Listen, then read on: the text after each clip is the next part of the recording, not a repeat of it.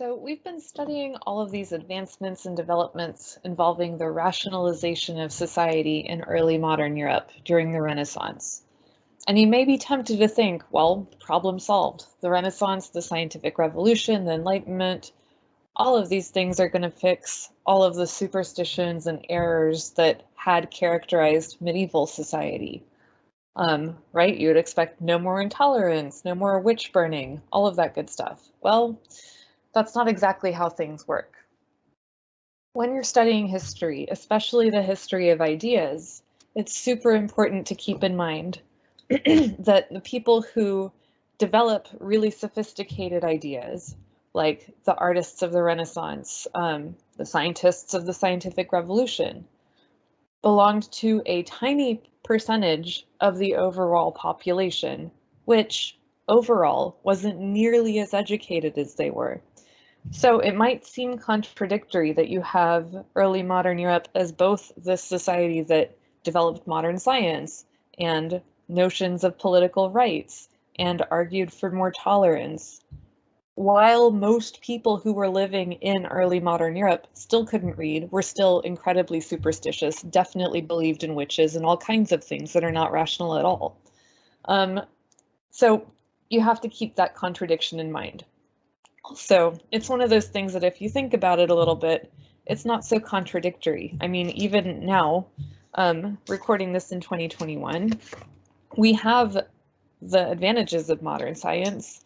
We've developed vaccines that, have eradicated horrible diseases that plagued people throughout history, and a significant portion of the population who believes that vaccines are bad and actively campaigns against them.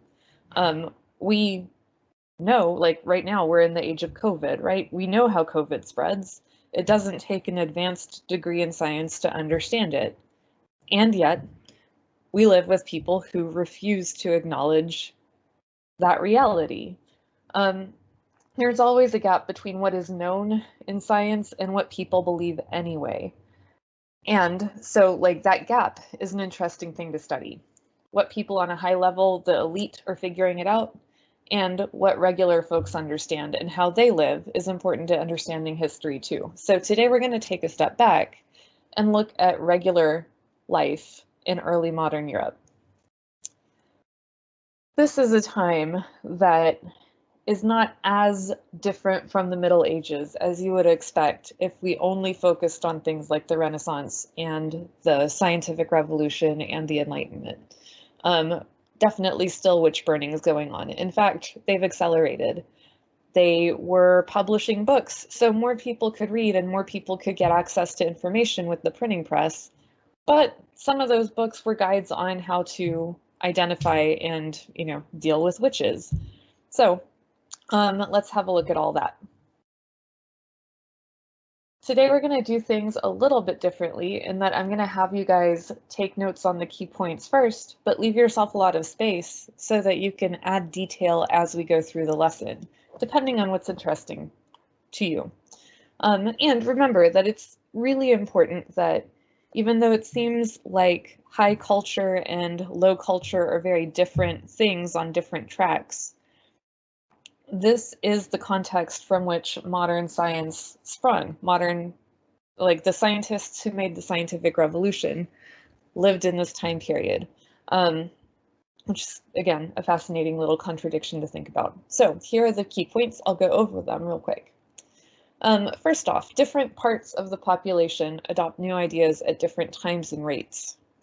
It's not all at once. So the Renaissance didn't happen in a day and then suddenly everybody understood everything. The scientific revolution happened over hundreds of years, for example. And now in 2021, we still have people who don't seem to get it. The intellectual revolutions of the Renaissance, the Reformation, and the scientific revolution then unfolded in the context of a society that remained very medieval in nature. Although more people could read than before, the vast majority of people in Europe were illiterate. They could not read or write.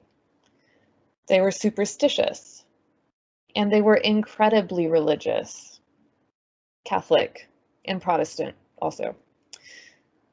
And most lived in the countryside. So even though towns and cities were beginning to redevelop, the vast majority of people still didn't live in them. Witch trials, for example, became a big deal just after the Reformation. That's a great example of the superstitious plus religious aspect of the society. Therefore, the changes implied by all of these revolutionary intellectual events that we're studying in this unit, like the Renaissance, the Reformation, the Scientific Revolution, and the Enlightenment, were primarily limited to a literate or political elite, through which they would gradually become more broadly influential, meaning they started with a small number of people who could read and write and who had enough power to influence some society, and then very slowly their effects kind of seeped into broader society. So pause the video here, take notes, and then press play again so I can add a little color to what we've just talked about, and you guys can add detail to your notes. Our first source, this one's fun, comes from a book called Strange Histories. And in this text, which I've adapted for y'all, so shortened by a lot, it's a challenging but interesting article about why people believed the things they did in early modern Europe, especially the things that seem to make no sense whatsoever to us from our modern perspective, and why those beliefs were so difficult to change. So listen for, how did the average European understand the world during the early modern period? And especially, how is this different from the way that we think? From the late Middle Ages to the beginnings of modern science at the end of the 17th century, the prevailing system of belief permitted many ideas that now seem unfamiliar or ridiculous. Can the dead walk? Most people in medieval Europe believed that they could, and Orthodox Christians assumed this would happen en masse at the time of the Last Judgment. Can witches fly? Even the most trenchant or strong opponents of the persecution of witchcraft in the 16th century believed this was possible. Just like us, the people who accepted these things relied on a body of knowledge to help them evaluate the facts of the world. And just like us, they inherited this knowledge from the culture in which they were born. So to understand them, to understand history, we need to dig into the cultural context that made ideas that seem crazy to us make sense to people in the early modern period. So we have to do a little bit of work to try to understand these beliefs. We can't just write people off in history as being crazy or irrational. Things made sense to them. So let's see if we can figure out why, is what he's saying. To do that, we're going to start by looking at characteristics of the early modern worldview, how people understood the world. And this part's titled Authority and Angels. The great majority of people in pre-modern Europe lived in small rural communities in the countryside, many containing no more than a few dozen households.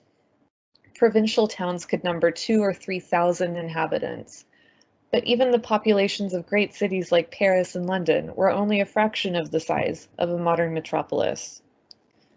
For townsfolk and villagers alike, prosperity, or wealth, depended on the agricultural economy, so farming. This was both laborious and insecure. The success of the harvests could never be guaranteed, and a series of poor crops could create intense hardship and even starvation. The exceptionally bad weather between 1560 and 1660 threatened parts of Germany and Central Europe with starvation, and a string of disastrous harvests in the 1590s depopulated areas of northern England. The fragility of the harvest was combined with the threat of illness and sporadic or occasional outbreaks of epidemic disease. The Great Plague of 1347-8 claimed at least a third of the European population, and the contagion returned intermittently, so every now and then, until the late 1600s. By the privileged standards of our own time, infant mortality was shockingly high, so like the number of babies that died at birth. Even in the relatively benign conditions of colonial New England, at least one child in 4 died before the age of 10, at a time when the average family produced 8 children. As these figures suggest, pre-modern people felt the presence of death more keenly or closely than we did. Not only did parents live with the knowledge that they might bury their children, but death itself was a public event, from the spectacle of the gallows to the vigil of relatives and friends around the deathbed. The end of life was an experience to be shared. It is a token of this fact that guides to the ars moriendi, or the art of death, were available to those who could afford them, to make their last moments as gracious as possible. The fickle nature of human welfare, alongside the near presence of death, was conducive, so it lent itself to a profoundly supernatural understanding of the world.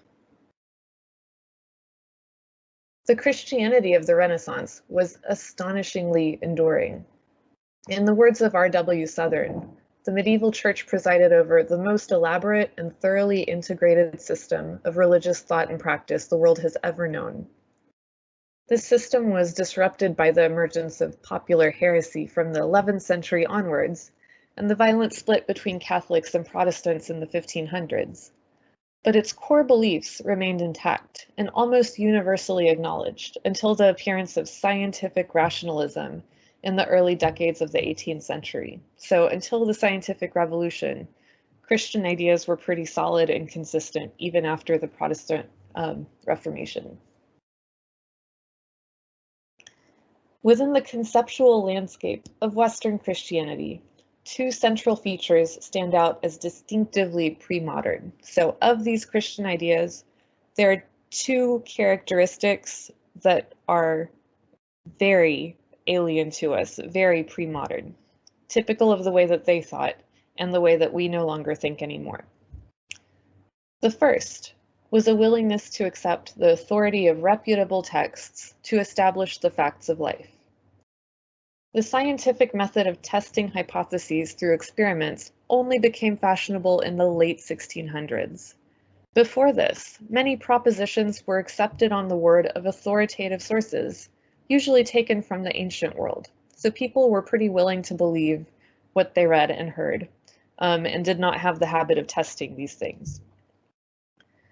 The second characteristic of pre-modern Christian thinkers was their unshakable conviction in an invisible world of metaphysical beings: God, the devil, angels, and demons.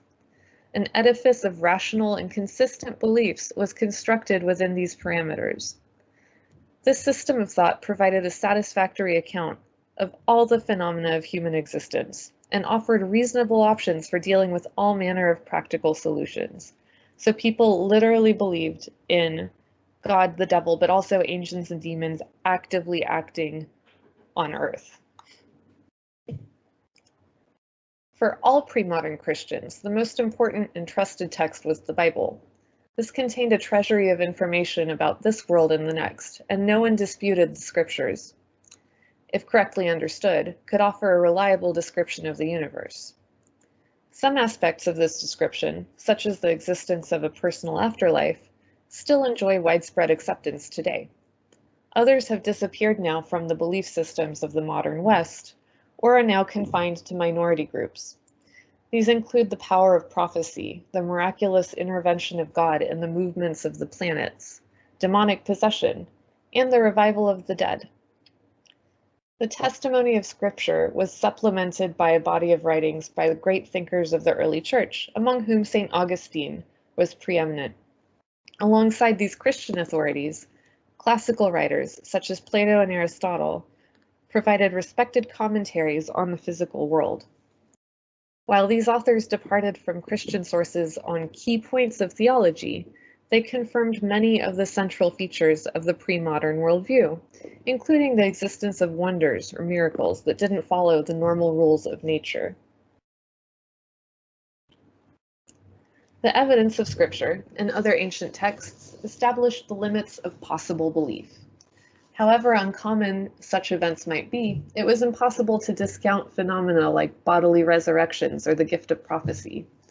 Even the most skeptical observers could not assume a priority or in advance that these things could not happen. This did not mean that Renaissance thinkers expected supernatural interventions to occur every day. On the contrary, they assumed that natural processes determined the outcome of most events, following the accustomed course of nature. When wonders did take place, their credibility depended largely on the authority of those who reported them. As this practice suggests, pre-modern writers were perfectly capable of skepticism, but their acceptance of scriptural authority, so like the truth in the Bible, together with their willingness to credit reporters of wonders from suitable, reputable contemporary sources, made their criteria for judging these facts of the world very different from ours. During the Middle Ages, many scholars accepted not only the activities of angels and demons, but also the returning dead. Saints could offer guidance and protection to their earthly devotees, and the ghosts of ordinary women and men occasionally visited the living to solicit favors or communicate messages from the afterlife. The reality of angels was abundantly proven in the Bible, and the New Testament provided copious evidence of the activities of Satan and lesser demons. The cult of the saints emerged in the early Middle Ages and was gradually integrated into the official life of the Church. Medieval sermons and chronicles were often enlivened by tales of ghosts returning briefly to Earth. Protestant reformers in the 1500s denied the power of both saints and ghosts, claiming that the Bible sanctioned neither, but their devotion to Scripture also forced them to accept the reality of angels and demons. So, all medieval and Renaissance thinkers accepted that supernatural beings participated in earthly affairs. At its crudest, the existence of demons meant that humans shared the earth with a race of creatures that were both powerful and hostile. It was widely accepted that demons resided in the bowels of the earth and that on rare occasions, unfortunate mortals came into physical contact with them. The existence of subterrestrial demons was generally acknowledged in this culture. As late as the 1670s, the English chemist, somebody who was a part of the scientific revolution, Robert Boyle, interviewed miners to ascertain information about them. He asked his informants if they had met with any subterraneous demons, and if they do, in what shape and manner they appear, what they portend, and what they do. The existence of demons provided a credible explanation for the events that modern thinkers would need to interpret in very different ways. Reports of familiar spirits, subterrestrial creatures, and screaming apples were not self-evidently ridiculous, and the facts of the Bibles offered a context in which they could be understood. For 21st century readers, however, reports of this kind still prompt a question. What about the first person to see the familiar spirit or hear the apple groan? There was a thing about an apple being possessed and they screamed, and I skipped that part of the book and now I regret it. Sorry. How can their experience be explained? Here it is useful to note the importance of systems of belief in shaping our immediate experience of the world. Our prior expectations often determine what we see and hear, as well as what we make of it. Even with perfect vision, people often recognize familiar faces from a distance in places where they expect to see them, only to find that their first impression was mistaken. Just as often, we may hear or see things we cannot explain, and then simply think no more about them. Such experiences are meaningless without a frame of reference to make sense of them. Here, the context of existing knowledge is crucial. If I notice a strange disturbance on the surface of a local pond, I might consider the matter for a while before letting it pass. If I see the same thing on Loch Ness, my mind will inevitably move in a different direction. In other words, people often see what they're conditioned to expect, and culture and those ideas and beliefs that cultures generally accept are what condition those expectations.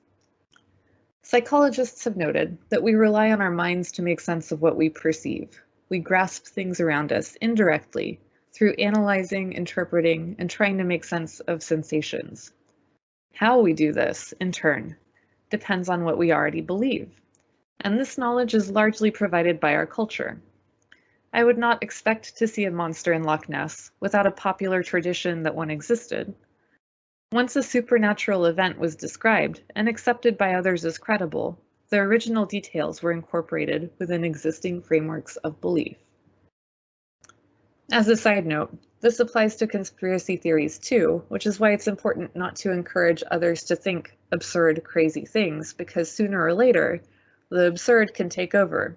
See, for example, QAnon. Actually, don't see, they're crazy, don't look it up. Anyway, if you are watching this video as part of my live class, pause the video here and drop in the group chat. What was interesting to you? What questions do you have? What don't you understand and would like me to explain more? What do you want to know or find out?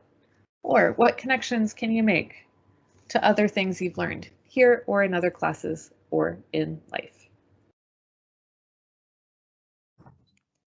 This next source comes from a book called The Clockwork Universe by Edward Dolnick. And in it, we're going to learn about some of the people who made the scientific revolution, who created the big change in the way that people think that leads to us, the way that we think, the way we experience the world, the way we understand reality, the way we find things out. The interesting thing about this book is that it talks about some of these men, notably Isaac Newton, in the context of their time, which was very different from our own.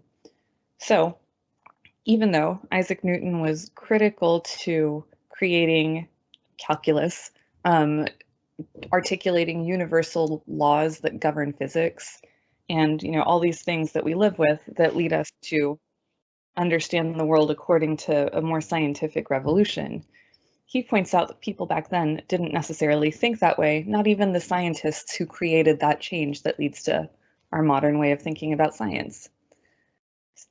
So in this source, we're going to learn a little bit about what the early modern period was like, and also why the scientific revolution and the change that it caused in the way that people think was such a big deal. As I go through it, think about how different this time is from our own, and how these worldviews that governed the way that people experience the world are different from ours too. From the preface. Few ages would seem less likely than the late 1600s to start men dreaming of a world of perfect order. Historians would later talk of the age of genius, but the age of tumult would have been just as fitting. In the tail end of Shakespeare's century, the natural and the supernatural still entwined around one another. Disease was a punishment ordained by God. Astronomy had not yet broken free from astrology, and the sky was filled with omens, or warning signs, that could be read and interpreted.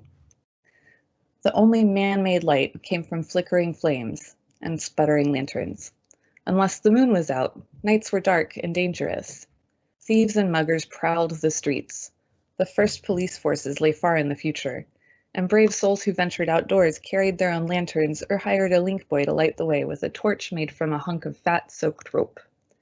The murder rate was 5 times as high as it is today, and even in the midday, cities were murky and grimy. Coal smoke left a sooty crust of fur on all it touched. London was one of the world's great cities and a center of new learning, but it was, in one historian's words, a stinking, muddy, filth-bespattered metropolis. Huge piles of human waste blocked city streets, and butchers added heaps of the soil and filth of their slaughterhouses to the towering mounds. Ignorance made matters worse. The same barges that brought vegetables to the city from farms in the countryside returned laden with human sewage to fertilize the fields. When Shakespeare and his fellow investors built the Globe Theatre in 1599, pictured on the top right, the splendid new building held at least 2,000 people, but was constructed without a single toilet. Well over a century later, so 100 years later, hygiene had scarcely improved. At about the time of Louis XIV's death in 1715, a new rule was put in place requiring that the corridors in the Palace of Versailles be cleaned of feces once a week. Louis XIV was one of the first absolute monarchs, and you guys saw pictures of his palace when we covered absolute monarchy. And so they had to clean poop from the halls once a week. Consider that. No one bathed, from kings to peasants. The poor had no choice, and the wealthy had no desire. Doctors explained that water opens the pores to infection and plague. A coat of grease and grime sealed disease away, or so it was thought. Worms, fleas, lice, and bedbugs were near universal afflictions. Science would soon revolutionize the world, but the minds that made the modern world were yoked to itchy, smelly, dirty bodies. On the public stage, all was crisis and calamity.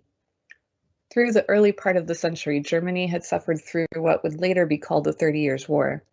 The blandness of the name obscures the horror of a religious war, where one raping, looting, marauding army gave way to another endlessly, and where famine and disease followed close on the army's heels. England had been convulsed by a civil war. In London in 1649, a shocked crowd looked on as the royal executioner lifted his axe and chopped off the king's head. In the 1650s, plague swept across Europe. In 1665, it jumped the channel to England. In the wings, the events that would reshape the world went unnoticed. Few knew, and fewer cared, about a handful of curious men studying the heavens and scribbling equations in their notebooks. Humans had recognized nature's broad patterns from the beginning. Night follows day, the moon waxes and wanes, the stars form their familiar constellations, the seasons recur. But they had noticed, too, that no 2 days were identical. Man expected the sun to rise, wrote Alfred North Whitehead, but the wind bloweth where it listeth. If people referred to laws of nature, they had in mind not true laws, but something akin to rules of thumb, guidelines subject to exceptions and interpretation. Next, we talked about the change, the scientific revolution. Then, at some point in the 1600s, a new idea came into the world. The notion was that the natural world not only follows rough and ready patterns, but also exact, formal, mathematical laws.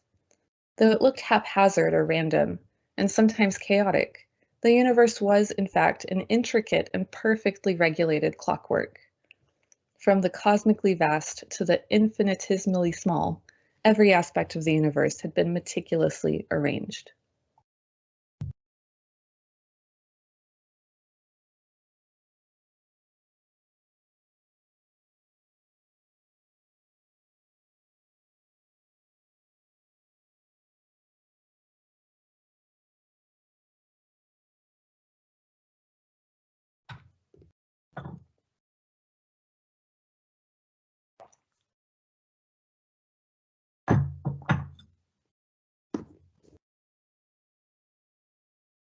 Nature's laws were vast in range but few in number. God's operating manual filled only a line or two. When Isaac Newton learned how gravity works, for instance, he announced not merely a discovery, but a universal law that embraced every object in creation. The same law regulated the moon in its orbit round the Earth, an arrow arcing against the sky, and an apple falling from a tree, and it described precisely their motions not only in general terms, but precisely and quantitatively. God was a mathematician, 17th century scientists firmly believed. He had written his laws in a mathematical code. Their task was to find the key. The climax of the story is Newton's unveiling in 1687 of his theory of gravitation. But Newton's astonishing achievement built on the work of such titans as Descartes, Galileo, and Kepler, who themselves had deciphered paragraphs and even whole pages of God's cosmic code. All these thinkers had two traits in common. They were geniuses, and they had utter faith that the universe had been designed on impeccable mathematical lines. What follows is the story of a group of scientists who set out to read God's mind. Chapter 1, London, 1660. They called themselves natural philosophers. We would call them scientists. And they had banded together to sort out the workings of everything from pigeons to planets. They shared little but curiosity.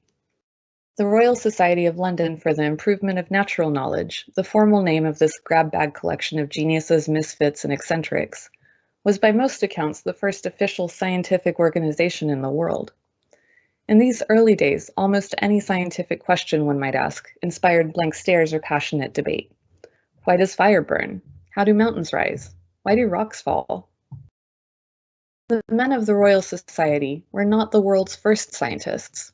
Titans like Descartes, Kepler, and Galileo, among many others, had done monumental work long before.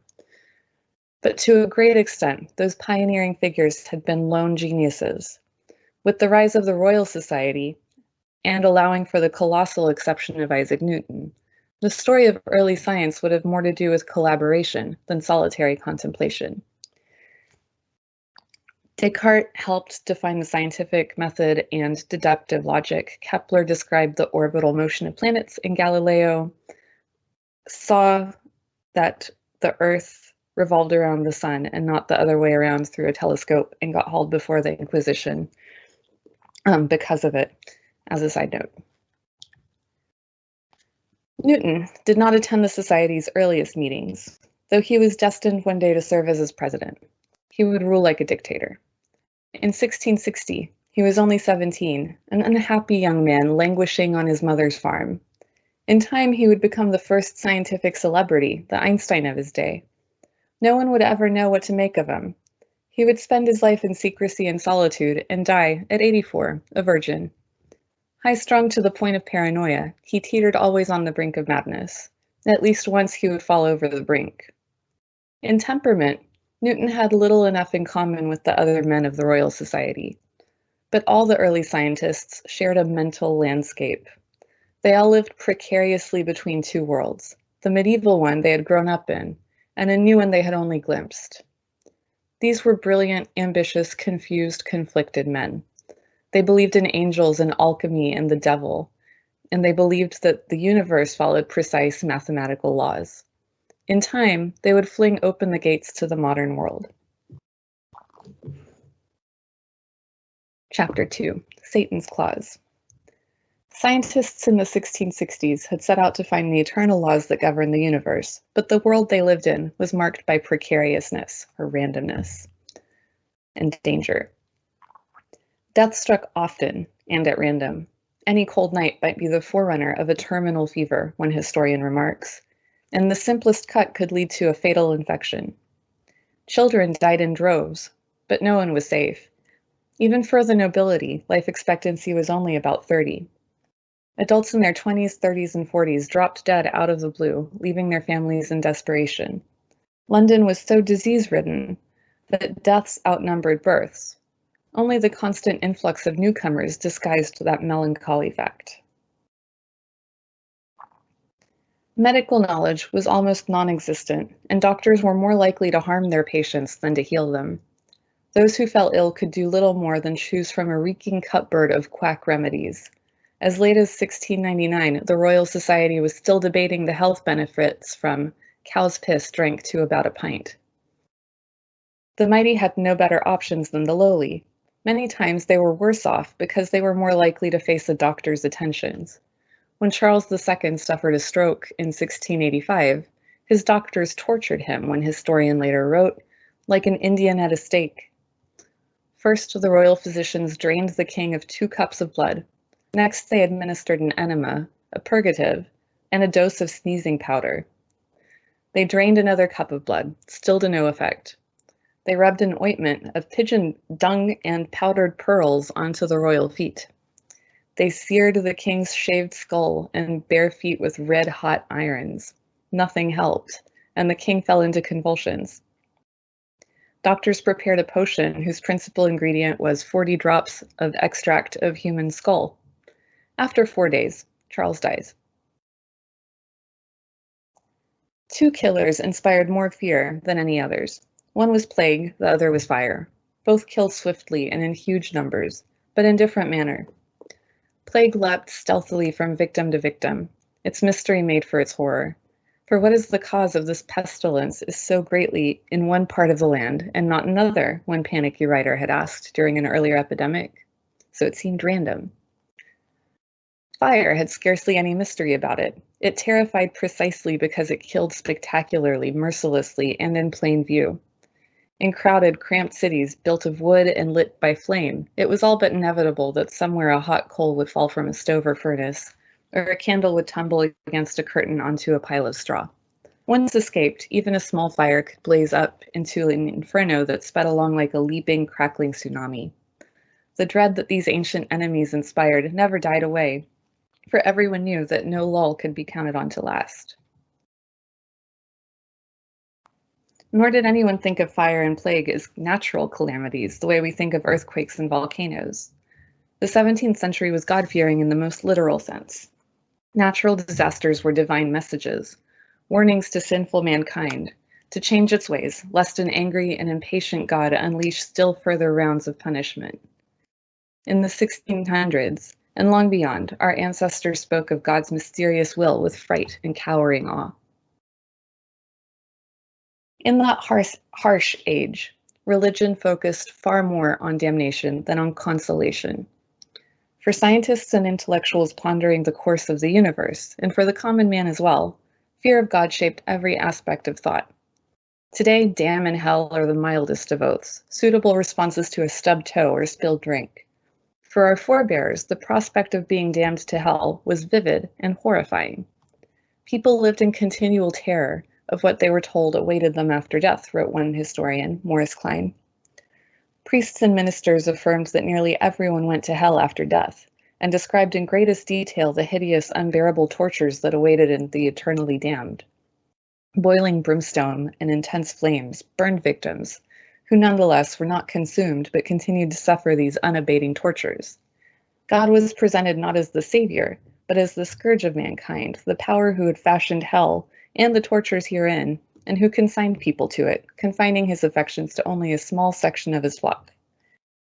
Christians were urged to spend their time meditating upon eternal damnation in order to prepare themselves for life after death. God, who knew all the details of how the future would unroll, had decided already who would be saved and punished. He would not be bartered with. Whether a person led a good life or a depraved one would do nothing to alter God's verdict. To say otherwise would imply that a lowly man could direct an all-powerful God. A book called The Day of Doom appeared in 1662, the same year the Royal Society received its formal charter, and explains such doctrines in verse. A huge success, it became the first bestseller in America. It dealt curtly with such matters as infants condemned to the flames of hell. But get away without delay. Christ pities not your cry. Depart to hell. There you may yell and roar eternally.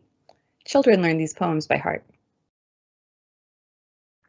At age 19, in that same Royal Society year of 1662, Isaac Newton compiled a list in his life thus far, a list of the sins he had committed in his life thus far.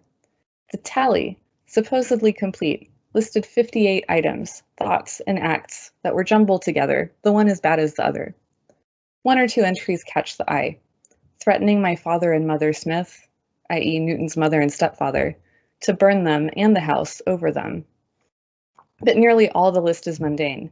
Making a mouse trap on thy day, punching my sister, using Wilfred's towel to spare my own, having unclean thoughts, words, actions, and dreams, making pies on a Sunday night. These sins may strike us as minor and commonplace, but in Newton's eyes, they were deeply shameful betrayals of himself and his God. In this self-lacerating respect, at least, Newton was far from unique. Chapter 3, The End of the World. In the 1650s and 60s, almost no one believed in the idea of progress. The very scientists whose discoveries would create the modern world did not believe in it. On the contrary, the near universal belief was that the world had been falling apart since Adam and Eve were banished from Eden. Now it seemed the fall had accelerated. From high and low, in learned sermons and shrieking pamphlets, men pointed out the signs that the apocalypse was near. At some moment, at any moment, in one historian's summary, the trumpet would sound, motion would cease, the moon would turn to blood, the stars fall like withered leaves, and the earth would burn to the accompaniment of horrible thunders and lightnings. In the midst of this chaos, the dead would rise, and saint and sinner alike would receive a sentence that permitted no appeal and no pardon. In the minds of our ancestors, this was not rhetoric, but fact. God had ordained it, and it would be so. The greatest scientists of that age, Isaac Newton, chief among them, believed as fervently as anyone else that they lived in the shadow of the apocalypse. Every era lives with contradictions that it manages to ignore. The Greeks talked of justice and kept slaves. The Crusaders preached the gospel of the Prince of Peace and rode off to annihilate the infidels. The 17th century believed in a universe that ran like clockwork, entirely in accord with natural law, and also in a God who reached down into the world to perform miracles and punish sinners. Many of the early scientists tended not to pay much heed to monsters and bloody rains, but they pored over their Bibles in an urgent quest to determine how much time remained. Robert Boyle, renowned today as the father of chemistry, studied the Bible not only in English but in Greek, Hebrew, and Chaldean to ferret out hidden meanings. Newton himself owned some 30 Bibles in various translations and languages that he endlessly perused and compared to one another. Every word in the Bible was meaningful, just as every twig and sparrow in the natural world offered up a clue to God's intent. The Bible was not a literary work to be interpreted according to one's taste, but a cipher with a single meaning that could be decoded by meticulous and brilliant analysts. Newton devoted thousands of hours, as much time as he spent on the secrets of gravity or light, into looking for the concealed messages in the dimensions of the Temple of Solomon, and trying to match the prophecies of Revelation with the battles and revolutions of later days. So in summary, although the scientists of the scientific revolution created the scientific method, they articulated the laws that govern physics, they created modern science and the modern world, which is much more secular and much less literal-minded in terms of supernatural beliefs. They were men of their time, and they lived in this weird middle ground between the superstitions of what we would think of as the medieval mind and the modern rationalist, fact-based world of science that they themselves created.